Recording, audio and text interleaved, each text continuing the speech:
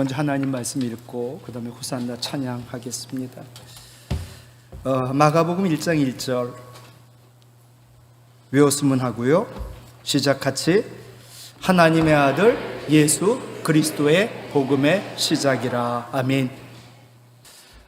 같이 인사할까요? 사랑하고 축복합니다.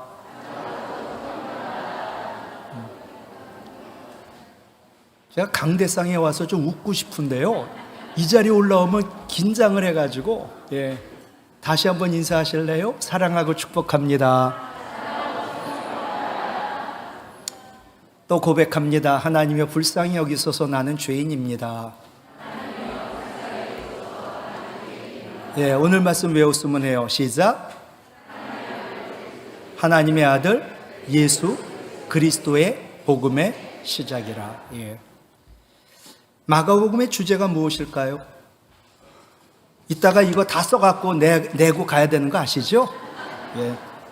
농담이고요. 여러분 좀 긴장하고 내지는 잘 들으면서 정리도 하시라고 한 거니까. 마가복음의 주제가 무엇일까? 하나님의 아들 예수 그리스도의 복음의 시작이라. 거기서 마가복음의 주제, 복음서의 주제, 성경의 주제는 하나님의 아들, 그분은 예수, 그분 그리스도. 이게 바로 성경 전체의 주제입니다. 성경을 기록한 목적이요, 요한복음 20장 31절에 보면 오직 이것을 기록함은 너희로, 같이 읽어요. 예수께서 하나님의 아들 그리스도이심을 믿게 하려 함이요 또 너희로 믿고 그 이름을 힘입어 같이 생명을 얻게 하려 함이니라. 아멘. 물론 이 생명은 당연히 영생 구원이죠. 왜 성경이 기록되었어요? 예수님이 하나님의 아들이고 그리스도임을 믿고 생명을 얻고 구원을 받으라고. 여러분, 마가복음을 가르쳐 로마인을 위한 복음이라고 말하거든요. 복음서 가운데 제일 먼저 써진 복음서가 무엇일까요? 저는 오늘 마가복음 얘기를 하고 있고요. 마가복음이에요. 마가복음. 그러니까 마가복음부터 먼저 나왔으면 좋을 텐데 마태, 마가 나오는데 마가복음이 제일 첫 번째 쓰인 거예요. 마가복음의 주제, 다시 하나님의 아들, 그분은 예수, 그분이 그리스도인데 그분이 바로 복음의 시작이다. 복음이다. 왜 마가복음을 로마인을 위한 복음이라고 했을까? 그 이유는 마가복음이 로마에서 기록되었고 또 로마에 있는 로마 사람들을 위하여 기록되었기 때문이에요. 마가복음이 하여튼 신약은 다 헬라어로 쓰였고요. 근데 헬라어로 쓰인 가운데 유대인 언어, 헬라어 언어가 나와요. 히브리어 언어가 나와요. 이거는 반드시 번역을 하고 설명을 더 하더라고요. 왜? 로마 사람들이 모를까 봐. 얘가 4개 많은데 마가복음 3장 17절 보면 세베대의 아들 야고보와 야고보의 형제 요한이니 이 둘에게는, 같이 읽어요, 보아노게 곧 우레의 아들이란 이름을 더 하셨으며, 이 보아노게가 무슨 뜻인지 아냐 로마인들아? 그것은 우레의 아들이란 뜻이야. 또 마가복음 5장 14절에 보면 그 아이의 손을 잡고 이르시되 달리다쿰 했거든요. 이 단어를 로마인들이 모르는 거예요. 번역하면 곧 내가 네게 말하노니 소녀야 일어나라, 그 뜻이다. 그걸 또 가르쳐줘요. 마가복음 7장 11절에 보면 너희는 이르되 사람이 아버지에게나 어머니에게나 말하기를 내가 드려 유익하게 할 것이 고르반, 부모한테는 안 드리고 하나님께 드렸다고, 그렇게 하기만 하면 그만이라. 고르반이라는 단어를 쓰고 이 뜻을 너희가 아느냐 하면서 하나님께 드림이 되었다라고 설명을 합니다. 그리고 복음서 가운데 마가복음에만 로마의 화폐인 고드란트라는 단어가 나옵니다. 마가복음 12장 42절에 한 가난한 과부는 와서 2렙돈, 다 모든 생각은 2렙돈이라고 하고 있는데 로마의 화폐 단위인 한 고드란트라고 번역을 하고 있는 거예요. 로마인들을 위해서.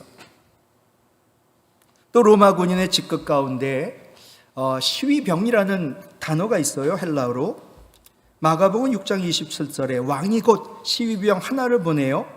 요게 요한의 머리를 쳤는데 요한의 머리를 가져오라고 명합니다. 단어를 쓴 것도 로마인들을 생각하여 쓴 단어들이다. 이 모든 것들은 마가복음이 로마에 있는 사람들을 위하여 로마에서 기록됐다는 사실을 우리에게 보여주고 있는 증거가 되지요. 오늘 말씀 첫 번째는요, 예수님은 하나님의 아들이십니다. 또 한번 외울까요? 마가복음 1장 1절 시작. 하나님의 아들 예수 그리스도의 복음의 시작이라. 여러분, 복음의 시작이라는 뜻은 이제 바로 예수님이 오심으로 이 땅에 하나님의 아들인 예수 그리스도로 말미암아 새 시대가 열렸다. 그런데 예수님은 이 세상의 왕들처럼 선대로부터 왕권을 세습받은 분이 아닙니다. 예수님은 하나님 아들이시기에 자기 백성을 다스리는 왕으로 하늘에서 강림하셨습니다. 예수님이 다스리는 나라, 세상 왕, 임금이 다스리는 나라와는 전혀 다릅니다. 결코 예수님이 왕으로 다스리는 나라는 망하지도 쇠하지도 않고 영원무궁합니다. 예수님이 하나님의 아들이란 의미가 하나님이 예수님을 낳으시고 그래서 하나님은 예수님의 아버지가 되시고 예수님은 하나님의 아들이 되셨다라는 뜻일까요? 아닙니다. 하나님이 예수 그리스도를 낳지 않았습니다. 예수님은 영원한 분이세요. 누가 낳아서 존재하는 분이 아니라 영원 전부터 영원 후까지 언제나 하나님 아들이십니다. 낳은 아들이 아니에요. 우리가 알아야 할 것은 성경이 말하는 아들의 개념과 우리가 생각하고 있는 아들의 개념이 다르다라는 사실입니다. 우리는 아들, 딸, 같은 말이지만 낳다라는 의미로 사용하지만 성경은 때때로 아들이란 단어를 동등하다, 같다라는 의미로 사용을 합니다. 한 예가 마가복음 3장 17절 세베대의 아들 야고보와 야고보의 형제 요한이니 이 둘에게는 아까도 했었죠? 보아노게 무슨 뜻이에요? 우레의 아들이란 이름을 더하셨다. 여러분, 우레의 아들이 우레가 낳은 아들이 야고보하고 요한이란 뜻이에요? 아니에요. 그러니까 이 야고보하고 요한은 성질이 우레와 같다는 거예요. 얼마나 불같은지. 그러니까 이 아들이란 개념이 동등하다, 같다라는 의미로 쓰이거든요. 예수님을 하나님의 아들이라고 칭하지만 예수님은 하나님과 같은 동일한 분이란 뜻이에요. 성경에서 이처럼 아들이란 말의 개념이 출생과는 관련이 없고 그런 경우도 있지만 때를 따라선 동등하다, 같다라는 의미로 사용할 때가 있습니다. 지금 예수님을 하나님의 아들이라고 부를 때도 그렇습니다. 요한복음 5장 18절에 보면 유대인들이 이로 말미암아 더욱 예수를 죽이고자 하니 이는 안식일을 범할 뿐만 아니라 같이 읽을까요? 하나님을 자기의 친아버지라 하여 자기를 하나님과 동등으로 삼으심이로라. 예, 자기가 하나님 아들이래요. 자기를 하나님과 동등되게 여기는 거예요. 신성모독이죠. 또 같은 내용이지만 요한복음 10장 33절에 유대인들이 대답하되 선한 일로 말미암아 우리가 너를 돌로 치려는 것이 아니라 같이 읽을까요?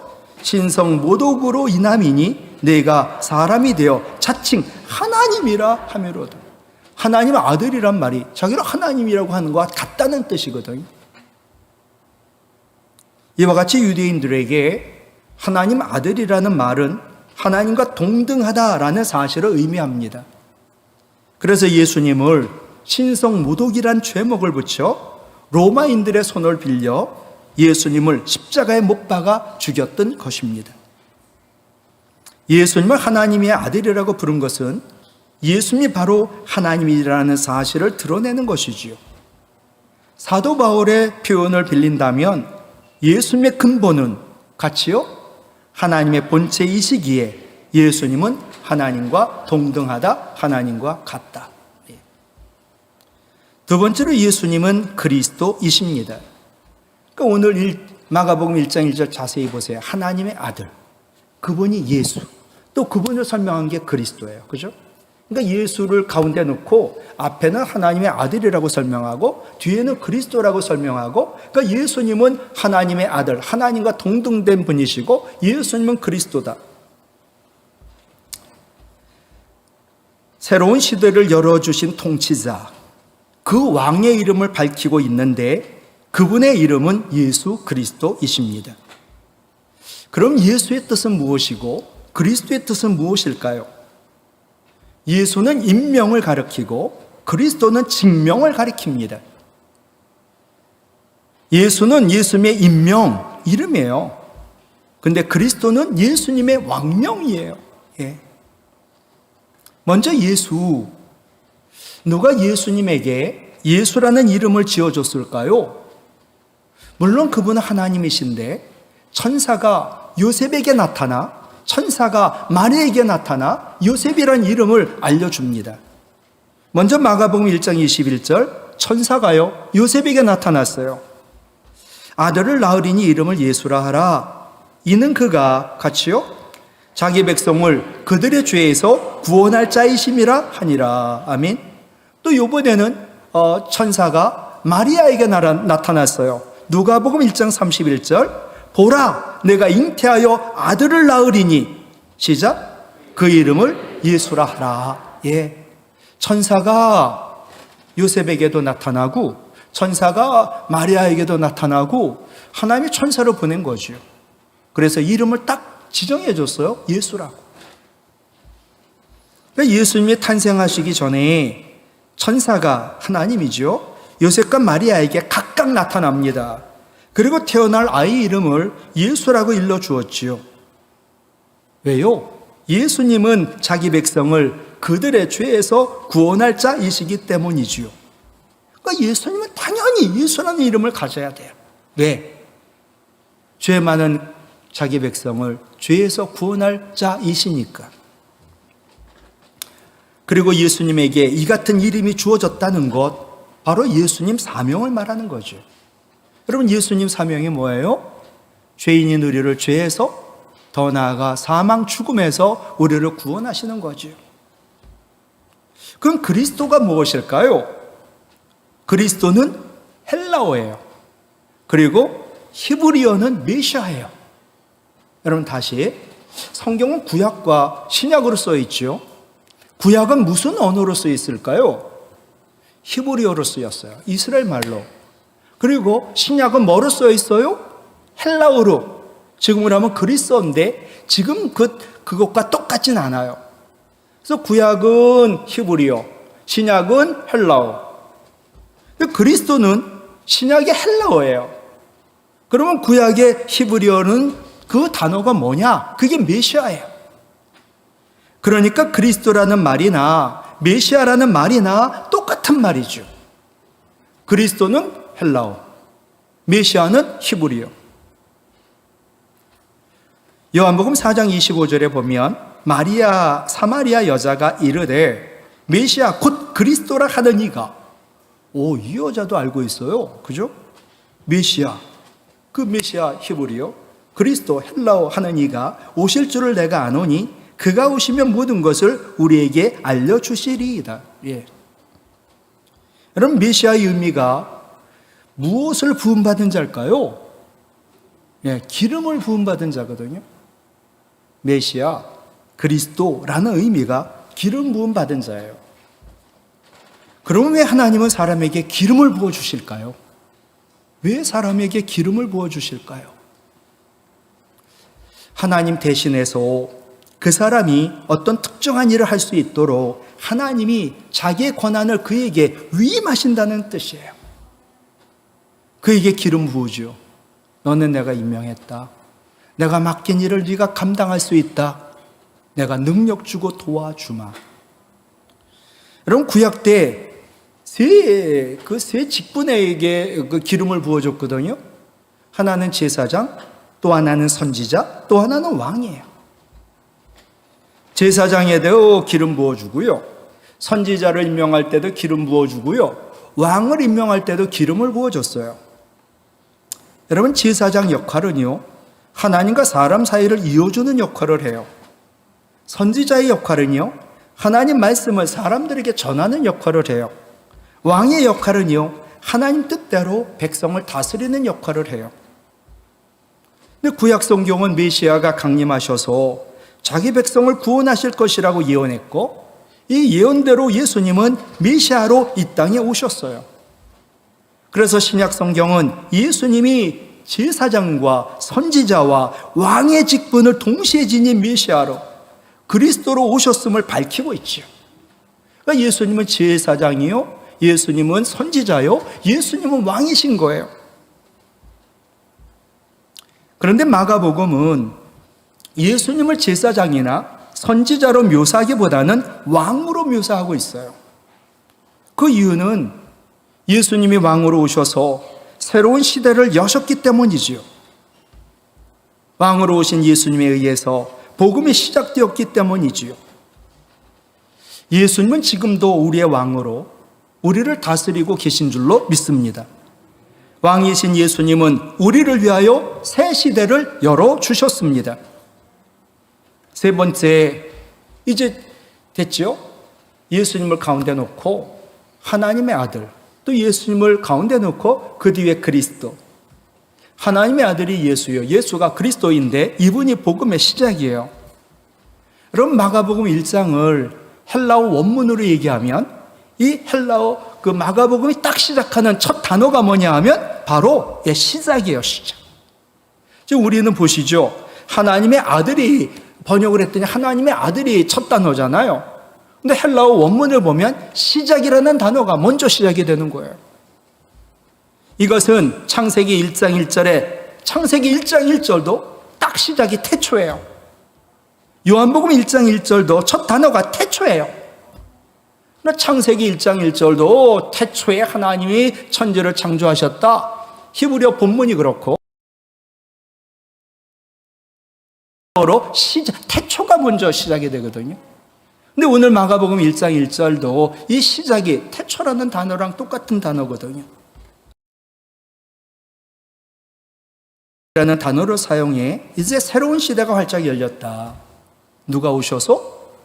하나님의 아들 예수, 바로 그리스도인 그분이 오셔서 새 시대가 열렸다. 여러분, 새 시대가 됐다라고 하는 특징은 하나예요. 그것은 바로 복음이에요.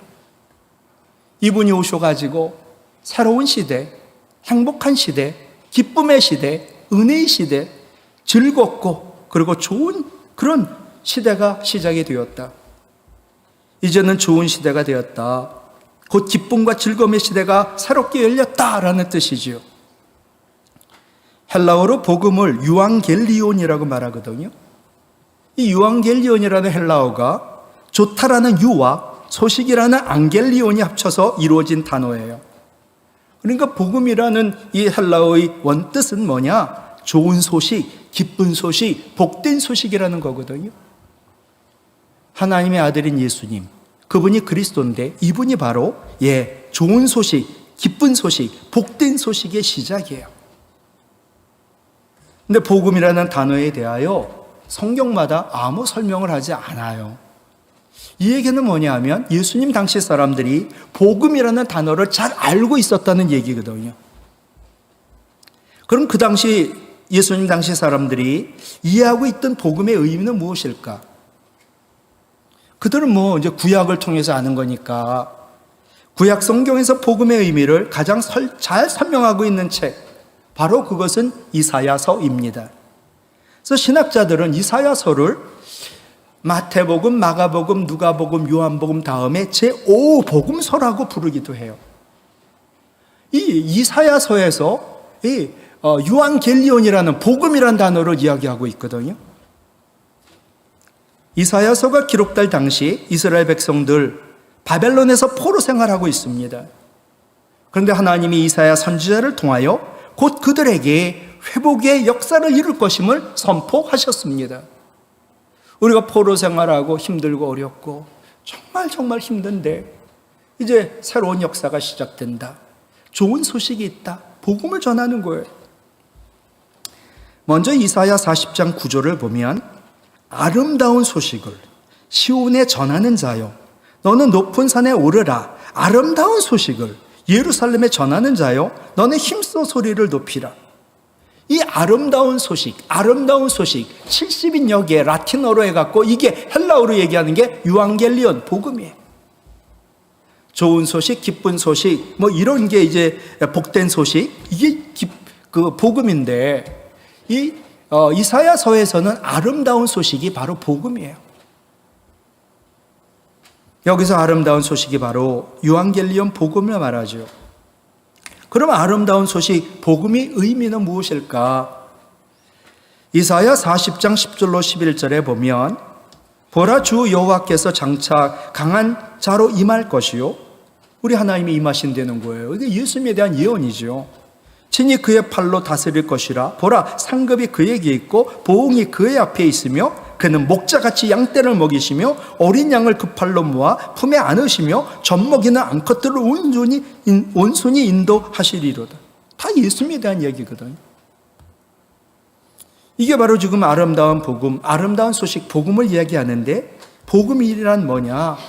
하나님이 임하셔서 이제 그분이 예수 그리스도죠. 그의 팔로 자기 백성을 다스리는 것이 복음이다. 그러면 왜 하나님이 임하셔서 다스리는 것이 이스라엘 백성들에게 복음이 될까? 지금 이스라엘 백성들 바벨론의 포로 생활을 하고 있고 예루살렘 성전은 파괴가 되었습니다. 그러나 이제 하나님이 우리에게 오시면 회복의 역사가 일어날 것이다. 얼마나 기쁜 소식이에요. 고국으로 돌아가고요. 예루살렘 성전도 다시 재건이 돼요. 이것처럼 아름답고 이것처럼 좋고 기쁘고 행복한 소식이 어디 있겠어요? 그러기에 하나님이 임하시는 것이 이스라엘 백성들에게는 바로 복음이 되는 것이지요. 이사야 52장 7절에서는 또 이걸 좋은 소식이라고 번역했어요. 좋은 소식을 전하며 평화를 공포하며 복된 좋은 소식을 가져오며 구원을 공포하며 시온을 향하여 이르기를 내 하나님이 통치하신다 하는 자의 산을 넘는 발이 어찌 그리 아름다운가. 여기선 좋은 소식을 두 번이나 말했는데 아까 아름다운 소식이 복음이라 말한 것처럼 좋은 소식이 또 유앙겔리온 복음인 거예요. 여기서 복음이 뭔가? 이방 나라가 우리를 다스리는 게 아니라 하나님이 우리를 통치하시는 것, 하나님이 우리를 다스리시는 것, 하나님이 왕이 되어 다스리실 때 평화가 있고 복이 있고 구원이 자동적으로 따라오기 때문이지요. 이와 같이 유대인들에게 복음은 하나님이 임하셔서 다스리는 것을 의미합니다. 하나님이신 예수님이 이 땅에 오셨어요. 그래서 온 땅을 다스려요. 그것처럼 좋은 복음이 어디 있어요?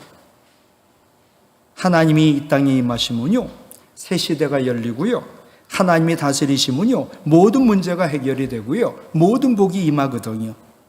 그러기에 하나님이 임하사 하나님이 다스리는 것이 바로 복음입니다. 예수님 당시에 그 로마 황제 아구스도를 신이 보내신 구세주라고 그들은 말을 했고, 또 아구스도의 생일을 그들은 복음의 시작이라고 말했거든요. 그러니까 마가도 그 당시 사용되는 그 용어 개념을 그대로 사용한 거예요. 마가도 같은 개념으로 복음을 단어를 사용한 거죠. 그러니까 그 당시 역사에 기록된 용어도 보면 이렇게 되어 있어요. 신의 아들은 누구냐? 가이사다. 근데 가이사 황제, 그 아구스도의 복음의 시작이라. 그러니까 이걸 그대로 인용했어요. 그러니까 그들이 그 당시 쓰고 있던 신의 아들이 누군지 아냐? 시저, 가이사다. 그의 이름이 아구스도인데 그 사람이 복음의 시작이다. 그러니까 황제가 나타날 때마다 새로운 시대가 열리고 이분이 완전히 신인 거예요. 그러니까 이걸 그대로 땄죠. 두 문장 비교해 보세요. 신의 아들을 하나님의 아들로 바꿨어요. 가이사를 예수로 바꿨어요. 아구스도를 그리스도로 바꿨어요. 이거 얘기하면 죽어요. 아니 로마 황제에 대하여 얘기하는 데인데 세상에 예수가 하나님의 아들이라고 그리스도라고 그래서 그게 복음의 시작이라고 누구랑 싸우자는 거예요? 로마 정부랑 싸우자는 거예요. 로마 제국과. 바로 이 신앙 때문에 베드로가 로마에서 순교를 당했고 바로 이 신앙 때문에 바울도 로마에서 순교를 당합니다. 마찬가지로 지금 나가도 순교할 각오를 하고서 제1장 유소 같은 문장을 쓴 거죠. 죽기를 각오하고. 여러분 성경 쓴 게 그냥 단순히 쓴 게 아니에요. 목숨 걸고 쓴 거예요.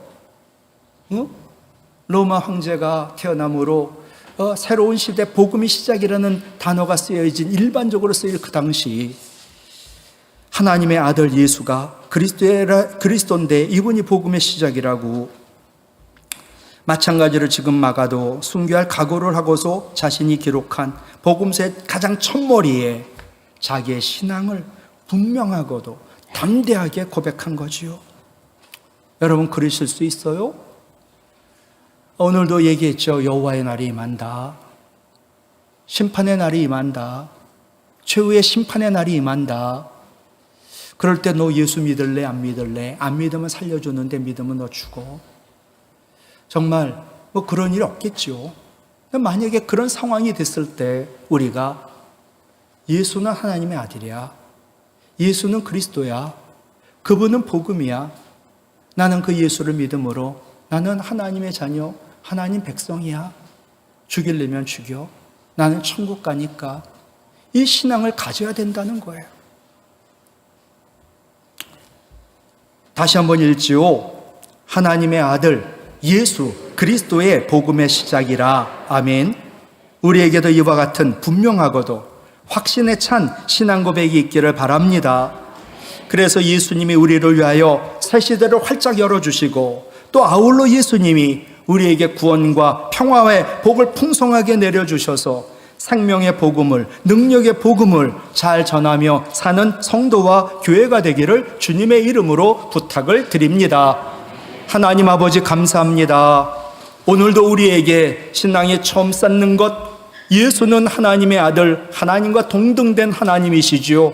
예수님은 우리를 위하여 죽으시고 부활하신 그리스도요 메시아이지요. 이 신앙이 우리에게 확고히 굳건한 믿음으로 세워지게 하여 주시고 어떤 상황에서도 흔들리지 않는 신앙 고백으로 늘 승리하는 우리 모든 성도와 교회가 되게 하여 주셔서 이 귀한 복음을 어렵고 힘든 이때에 기쁘고 좋은 소식, 아름답고 복된 소식 저희가 잘 전하며 살게 하여 주시옵소서. 이제는 우리 주 예수 그리스도의 은혜와 하나님 아버지의 사랑과 성령님의 교통하심이 예수님은 하나님과 동등된 하나님의 아들이요 우리를 위하여 죽으신 그 부활하신 우리의 왕 메시아이기에 이 믿음 가지고 늘 자랑하며 승리하며 하나님께 영광 돌리겠다 다짐하며 예배한 여기 모인 하나님의 거룩한 백성들 가운데 가정에서 예배드리는 우리의 믿음의 가족들과 주님의 몸된 우리 교회와 한국교회 그리고 이 나라 이 민족과 북한 동포들과 우크라이나와 그 백성 선교사님과 그 선교지 위에 이제로부터 영원토록 함께하옵시기를 간절히 축원하옵나이다. 아멘.